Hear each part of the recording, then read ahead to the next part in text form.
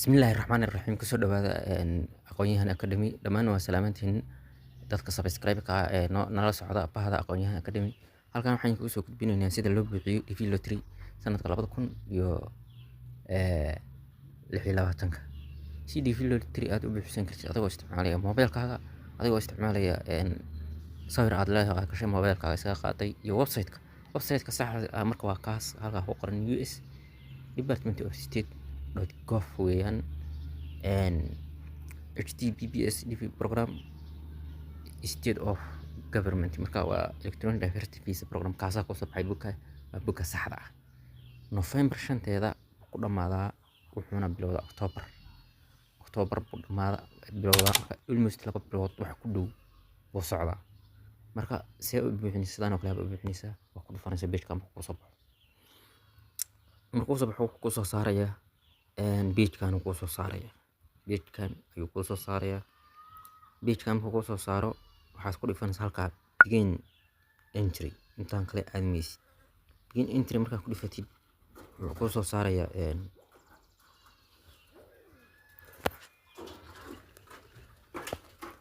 challenge-ga yarka ku soo saaraya challenge-ga yarka marka si ay u gudbisaa inaad si gudbisaa waxaad ku dhufanaysaa ay u eg tahay ereygaani weyn kadib m bay u eg tahay d bay u eg tahay d kale number 8 miya mise waa ku firinayna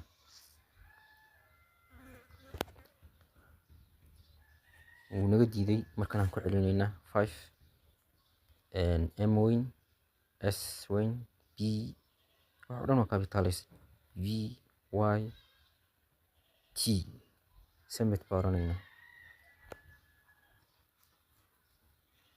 markaad challenge waan ka gudubnay halkan marka waxa ku buuxinaysa formkaas ayuu ku soo dhigayaa part 1 internet information kaaga ayaa la gudbinaya halkan waa information-ka adiga waxa weeyaan la rabo inaad gudbisid oo meesha aad ku dhigtid weeyaan maxaa kow ah last ama family name mar walba waa magaca u dambeeya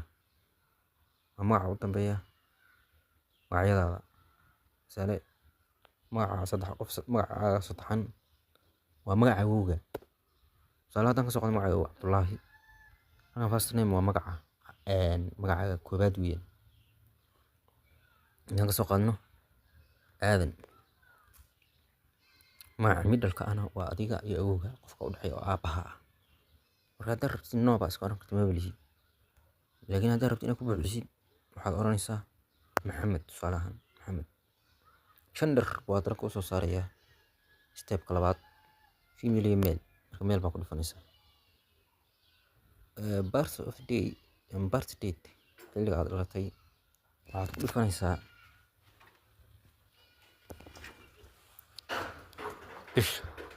bisha afarteeda buuxinaysaa maalinka eber 9 tusaale haddaan ka dhigno sanadkana 2003 aan ka dhigno halkaa marka qaybta saddexaad waa ku dhanta qaybta afraad waxa weeyaan waxaad gelisaaba ku leeyahay magaalada aad ku dhalatay ha gelinin country magaalada keliya gelinaysa only the city ma gelinaysid degmada ma gelinaysid province ma gelinaysid state-ka waxaad gelinaysaa magaalada su'aal magaalada haddaan ka dhigno muqdisho aan ka dhigno muqdisho aan ka dhignay country waddankee weeye waa Soomaaliya marka hoos u raacaysaa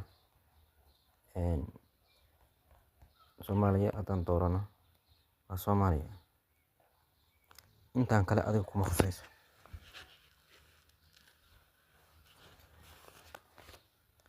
intaan kale country of eligibility of the DVM program eligibility country waxa weeyaan waa waddanka aad u dhalatay isla laftiisa marka are you claiming eligibility miyaad sheeganaysaa eligibility yes baa oranaysaa by default waa marka intaas ay uga gudbaysaa haddii aadan ahayn kuma khusayso haddii aadan ahayna waxaad dooranaysaa eligibility-ga waddanka aad markaas eligibility-ga ah ee aad dooratay baad gelinaysaa halkaa markaa uga baxdid halkan waxaad gelinaysaa photo size. Photada gelinaysaa sizekeedu yahay 540 KB uu ka yaryahay, isla markaana pixelkeedu yahay 600 lagu dhiftay 600.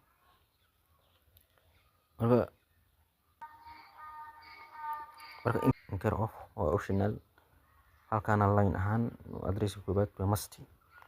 marka aan idhaahno road 3 road 99, marka lineka adresska koobaad waxa weeyaan waddo magaceed baa ka dhigi kartaa, meel magaceed baa ka dhigi kartaa caankeed. kaa kale marka waan ka boodaynaa. sarna waxaan ka dhigan kartaa Mogadishu ama x control baa ag degan x control road. optionalkaas magaalada city Mogadishu horta zip ma aysan lahaan, wax postal code ama zip code ma aysan lahayn Mogadishu. country waddankaad dooranaysa marka country muxuu noqon waa waddanka aad ku nooshahay. waddankaas ayaad dooranaysaa horta. marka waddanka ku nooshahay wuxuu noqonayaa Soomaaliya noqonayaa. marka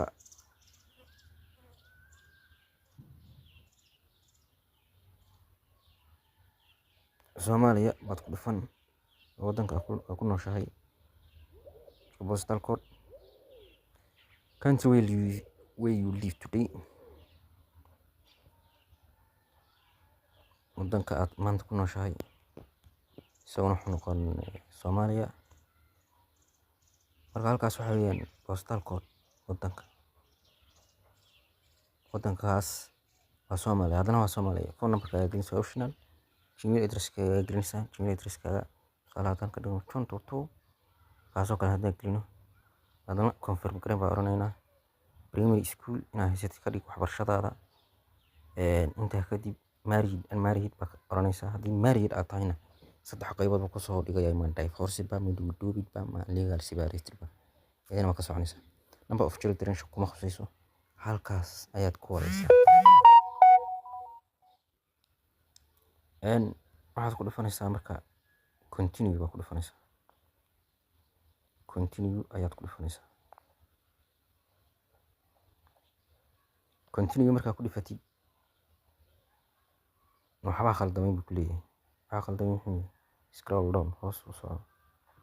marka waa footada marka bedelayno footo sax ah baan keensanaynaa.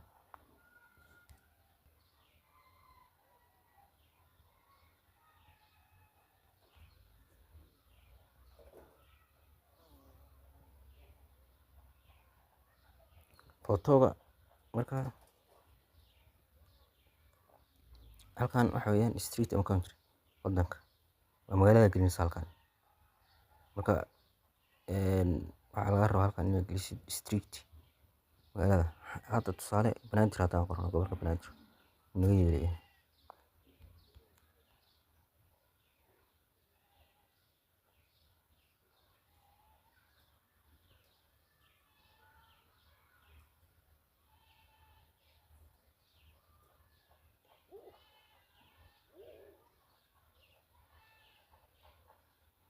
marka qaybta waa qaybtii koobaad.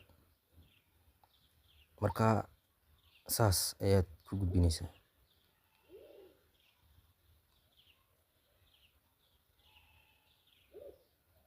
marka qaybta markuu ku soo saaro waxaa ku dhufanaysaa bottomkaas ayaad ku dhufanaysaa. wuxuuna ku leeyahay if you need to go back and make a correction do not use the back button kama isticmaalaysa. waxaa ku dhufanaysaa kan go back ay ku qoran tahay. kadib intaa markuu kuu soo saaro halkaasaa ku dhufanaysaa. halkaas waa intaa keliya.